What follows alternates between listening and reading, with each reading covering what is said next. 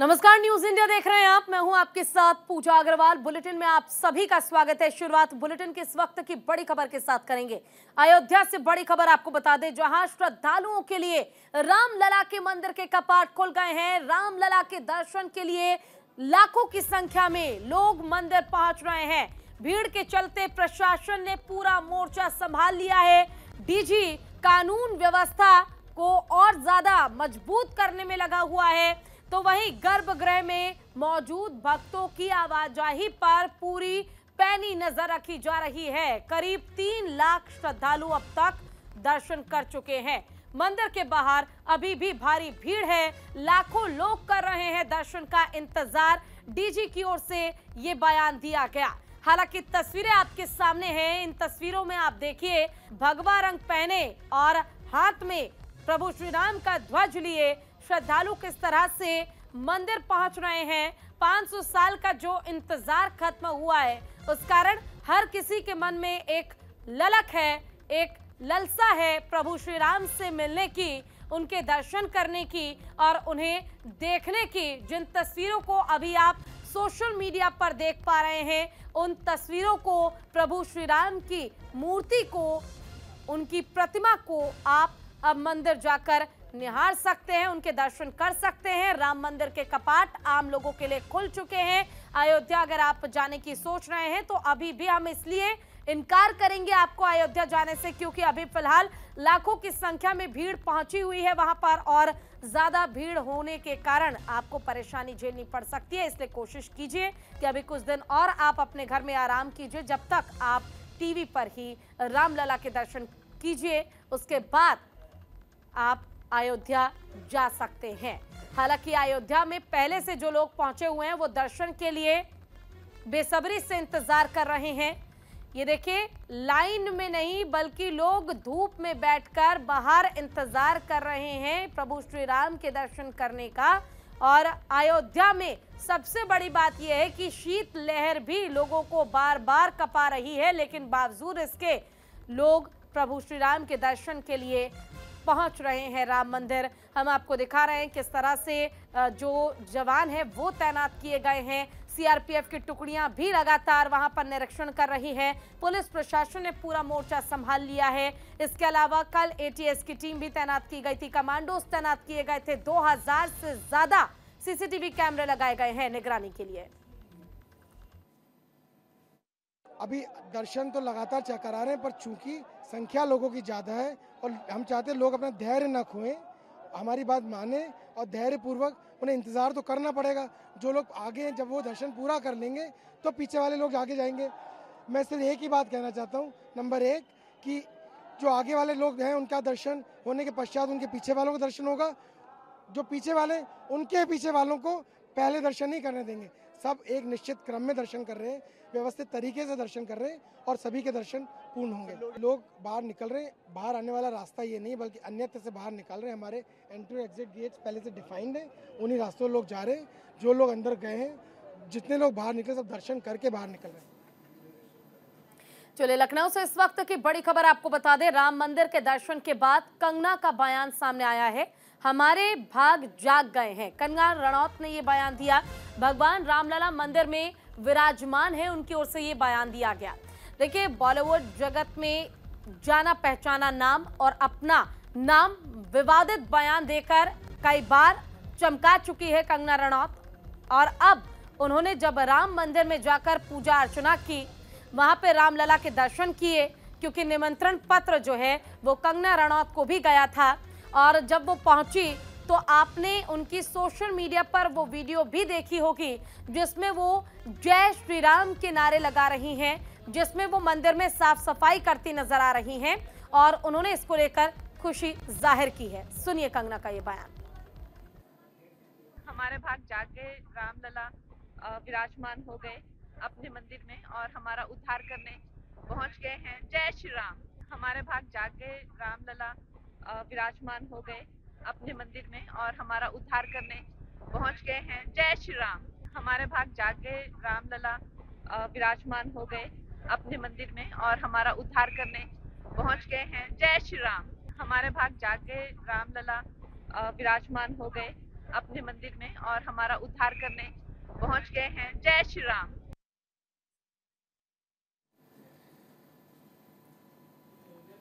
चलिए लखनऊ से बड़ी खबर आपको बता दें, उत्तर प्रदेश में 26 जनवरी तक हाई अलर्ट जारी किया गया है। अयोध्या से लेकर पूरे उत्तर प्रदेश में अलर्ट जारी किया गया। 10,000 सीसीटीवी कैमरों से रखी जा रही है नजर। कैमरों से हर गतिविधि पर नजर रखी जा रही है। अयोध्या में 13,000 पुलिसकर्मी तैनात किए गए हैं, तो वहीं डीजीपी मुख्यालय स्तर से 31 आईपीएस तैनात किए गए हैं। एटीएस और एसटीएफ की टीम भी तैनात की गई है। खालिस्तान समर्थक की गिरफ्तारी के बाद यह अलर्ट जारी किया गया। रेलवे ट्रैक की सघन निगरानी के निर्देश भी दिए गए हैं। तो इस वक्त की बड़ी और अहम जानकारी हम आपको दे रहे हैं। 26 जनवरी को लेकर तमाम व्यवस्थाएं दुरुस्त की गई हैं उत्तर प्रदेश में, ताकि किसी तरह की कोई अप्रिय घटना ना घटे। कोई अगर गतिविधि ऐसी होती है तो सख्त से सख्त त्वरित कार्रवाई उस पर की जा सके। ज्यादा जानकारी के लिए लखनऊ से हमारे संवाददाता नीरज हमारे साथ जुड़ गए हैं। नीरज, 26 तारीख बेहद नजदीक और इससे पहले रामलला की प्राण प्रतिष्ठा कर दी गई है। 26 तारीख को लेकर कोई अप्रिय घटना ना हो, तमाम सुरक्षा व्यवस्था किए गए। पुलिस को भी अलर्ट मोड पर किया गया है। क्या प्रबंध किए गए इस बार? जी बिल्कुल, देखिए प्राण प्रतिष्ठा के बाद और अब 26 तारीख तक पूरे उत्तर प्रदेश को अलर्ट दिया गया है। तमाम टीवी कैमरे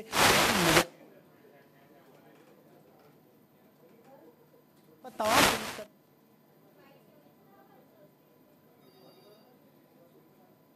एडिशनल एसपी, तमाम सीओ और इसके अलावा 13,000 जो पुलिसकर्मी हैं उनकी तैनाती अलग एक स्पेशल के तौर पर की गई है कि कहीं भी कोई अप्रिय घटना ना हो, तैनात किया गया है। और इसके अलावा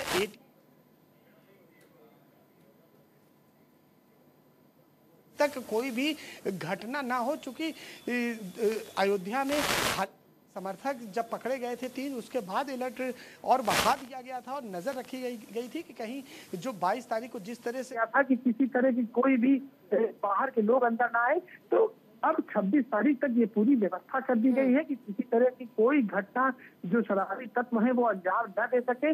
और एक पूरी संवेदनशील ऐसे लोगों की भी लिस्ट बनाई गई है जो संवेदनशील इलाकों में रहते हैं और किसी तरह की गतिविधियां संचालित करते रहते हैं। तो ऐसे लोगों पर भी एटीएस ने नजर बनाई है और उनकी लिस्टिंग जो संबंधित थाने हैं वो तैयार कर रही है कि कहीं ऐसे लोग उत्पात न करे, कोई ऐसा बवाल न करे। देखिए लिस्ट की बात जब की जा रही है तो देखिए नीरज, इससे पहले ही लिस्ट उत्तर प्रदेश सरकार ने, प्रशासन ने तैयार कर ली है उन लोगों की जो कि अप्रिय घटना को अंजाम दे सकते हैं या किसी तरह की ऐसी घटना जो 26 जनवरी के लिए ठीक नहीं है उसे अंजाम दे सकते हैं। तो उस लिस्ट के आधार पर ही क्या ये कहा जाए कि अब अगर वो लोग हैं तो उन पर सख्त कार्रवाई भी होगी?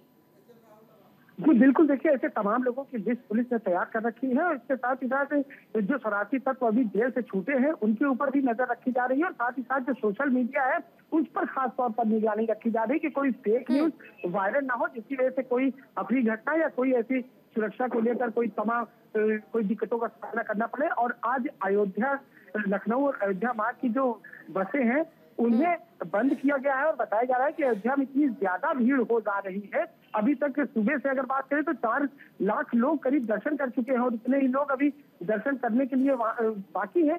जो उत्तर प्रदेश के तमाम बड़े अधिकारी हैं वो वहां पर मौजूद है। तो ये भी अपील की जा रही कि कम से कम लोग अयोध्या पहुंचे जिससे किसी तरह कानून व्यवस्था बिगड़ने की स्थिति में ना हो और लोगों को सहूलियत हो। तो लोगों से अपील की जा रही कि कुछ दिन का इंतजार करें और तब जाके अयोध्या में दर्शन करें। के लिए भी एक बहुत बड़ी चुनौती है अयोध्या में सब कुछ सकुशल संपन्न कराना और लोगों की आस्था का विषय है, तो लोग मान नहीं रहे। इसके लिए पुलिस ने बाकायदा अपील भी की है और 26 जनवरी तक ये बता दिया है कि उत्तर प्रदेश को रेड अलर्ट जोन पे रखा गया। ठीक है, आपका बहुत बहुत शुक्रिया तमाम जानकारी के लिए नीरज।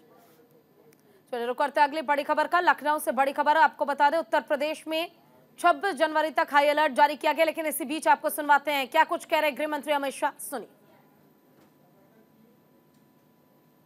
ચાર અને એની ગાથાઓ આપણા ધર્મની અંદર વર્ણવી. જન્મ કલ્યાણક, જન્મ લઈ જ્યાં સુધી ગુરુ ના મળે ત્યાં સુધી કઈ રીતે જીવન જીવવું અને જ્યારે ગુરુ મળે ત્યારે ગુરુના માર્ગદર્શનમાં દીક્ષા સુધીનો રસ્તો પ્રશસ્ત કરવાનું કામ જ્ઞાન જન્મ કલ્યાણકમાં કહ્યું. અને દીક્ષા કલ્યાણક, તપ કલ્યાણક એ દીક્ષા જીવનથી પોતાનો અને અનેકાનેક જીવનનો કઈ રીતે ઉદ્ધાર કરવો, અનેક જીવો, અનેક આત્માઓને સદમાર્ગ પર કઈ લઈ જવા, ત્યાંથી લઈ મોક્ષ સુધીનું બધો જ ઉપદેશ આ 5 દિવસની અંદર અનેક મુમુક્ષોને મળે એના માટેનો આ ધર્મે એક વિધિ બનાવેલી છે. મારો સૌને આગ્રહ છે કે આખી પ્રક્રિયાનો મર્મ નહીં સમજીએ તો તમે ટુરિઝમ સિવાય કશું નહીં કરો. જો મર્મ સમજશો તો જીવનનું કલ્યાણ લઈને એનાથી આગળ જશો.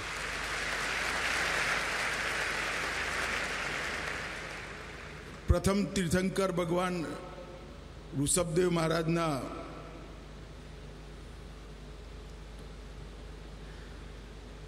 પુત્ર એમનો અહીંયા પંચકલ્યાણક મહોત્સવ અને બાહુબલી મહારાજની અનેક પ્રતિમાઓ અનેક જગ્યાએ બની. ધીમા ધીમા અવાજે મને નિમેશભાઈએ કહ્યું કે આ દેશમાં બીજા નંબરની પ્રતિમા છે. નિમેશભાઈ પ્રતિમાના નંબરમાં ના પડતા આ એક સિદ્ધ પુરુષ કાનજી સ્વામીએ પોતાના તપથી સિદ્ધ કરેલી ભૂમિ છે. એમાં પ્રતિમાની સાઈઝ ગમે તે હશે, એનો સંદેશ હંમેશા ચિરંજીવ થવાનો છે. પરંતુ ટ્રસ્ટના ટ્રસ્ટીઓએ જે ગંભીર પુરુષાર્થ અહીંયા કર્યો છે એના માટે હું નિશ્ચિત રૂપથી એક વાત કરવા માંગુ છું. મનમાં જે ભાવ હોય, સન્માન હોય, એની મૂર્ત અભિવ્યક્તિ રચના કરવાવાળાના સંતોષ માટે નથી હોતી. ભગવાન પ્રત્યેનો ભાવ, પોતાના ગુરુજી પ્રત્યેનો ભાવ, એમના જીવન સંદેશ પ્રત્યેનો ભાવ કેવળ એની અભિવ્યક્તિ માટે કરોડો રૂપિયા ખર્ચી તીર્થસ્થાનો નથી બનતા. પરંતુ એ તીર્થસ્થાન બનાવવા પાછળનું લક્ષ્ય એ હોય છે કે ભગવાનના અને ગુરુદેવના સિદ્ધાંતોને અનેક વર્ષો સુધી વાચા આપવાનો એક પ્રયાસ હોય છે. અને એ વાચા આપવાથી અનેક મુમુક્ષુઓ આ જ રસ્તા પર આગળ વધતા વધતા પોતાનું કલ્યાણ કરી શકે એવું હોય છે.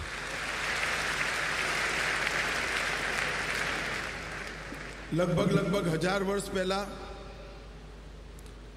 કર્ણાટકમાં પ્રતિમા બની અને આ પવિત્ર સ્થાન સોનગઢમાં એના 1000 વર્ષ પછી 41 ફૂટ ઊંચી, 200 ટન વજન અને 50 ફૂટની કૃત્રિમ પહાડી પર આ પ્રતિમા પ્રસ્થાપિત કરી છે. અને એની સાથે સાથે સુમેરુ પર્વત અને જંબુદ્વીપ બંનેના કોમ્બિનેશનમાં જઈએ તો જન્મથી લઈ મોક્ષ સુધી આ પરિસરની બહાર ક્યાંય જવાની જરૂર ના પડે એ પ્રકારની વ્યવસ્થા કરી દીધી. હું નિમેશભાઈને, એમની સાથે જે ટ્રસ્ટીઓ છે એ સૌને મારા મનથી ખૂબ ખૂબ સાધુવાદ આપવા માંગુ છું. જેમ મેં પહેલા કહ્યું એમ કાનજી સ્વામી માટે સમગ્ર પંથકની અંદર પૂજ્ય ભાવ, સન્માનનો ભાવ, અનેક અનુયાયીઓ, પરંતુ એના માટે એક એવું સ્થાન કે જ્યાં આગળ વર્ષોથી છે એમ તો પણ આજે એને ગરિમાબાઈ બનાવવાનું કામ પૂર્ણ થયું છે. જ્યાં આગળ કાનજી સ્વામીના અનેક પ્રવચનો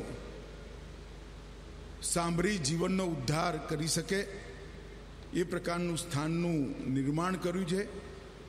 અને હું નિશ્ચિત રૂપે માનું છું કે સોનગઢ આવનારા દિવસોમાં ગુજરાતના આધ્યાત્મિક કેન્દ્રોમાં મહત્વનું સ્થાન ધરાવતું કેન્દ્ર બની જશે. चलो रुक करते अगली खबर का। ईडी की हरियाणा, पंजाब और हिमाचल में रेड लगातार जारी है। मनी लॉन्ड्रिंग से जुड़े रिफंड घोटाले को लेकर रेड चल रही है। करीब 70 करोड़ रुपए का हुआ है घोटाला और अब तक 18 जगहों पर ईडी ने छापेमारी की कार्रवाई को अंजाम दिया है। तो ये इस वक्त की बड़ी और अहम जानकारी हम आपको दे रहे हैं। ईडी की ओर से लगातार मनी लॉन्ड्रिंग मामले से जुड़ी कई जगहों पर, कई ठिकानों पर रेड लगातार जारी है। मनी लॉन्ड्रिंग से जुड़े रिफंड घोटाला मामले में रेड की जा रही है। मनी लॉन्ड्रिंग से जुड़े रिफंड घोटाले को लेकर ये रेड लगातार चल रही है और अब तक 18 जगहों पर ईडी ने छापेमारी की कार्रवाई को अंजाम दिया। 18 जगहों को खंगालने ईडी की टीम पहुंच चुकी है। हरियाणा, पंजाब और हिमाचल के अलग अलग जगहों पर ईडी की दबिश लगातार जारी है। तो इस वक्त की बड़ी और अहम जानकारी, मनी लॉन्ड्रिंग से जुड़े रिफंड घोटाले को लेकर ये रेड की जा रही है। चलिए रुक करते अगली खबर का। असम में कांग्रेस नेता राहुल गांधी का बयान सामने आया, जहां हिमंता बिस्वा शर्मा पर उन्होंने निशाना साधा है। असम में बड़े पैमाने पर बेरोजगारी है, ये बयान राहुल गांधी की ओर से दिया गया है। आपको सुनवाते हैं क्या कुछ कहा, सुनिए। असम के चीफ मिनिस्टर यात्रा के अगेंस्ट कर रहे हैं। सबसे पहले इससे यात्रा का फायदा हो रहा है।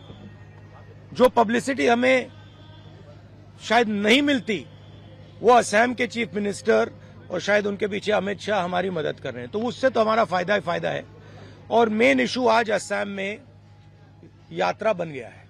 ठीक है, अब जहां तक मंदिर में जाने का रोकना, कॉलेज में जाने से रोकना, अब यहाँ पे पद यात्रा रुकवानी, ये तो इनकी स्टाइल है।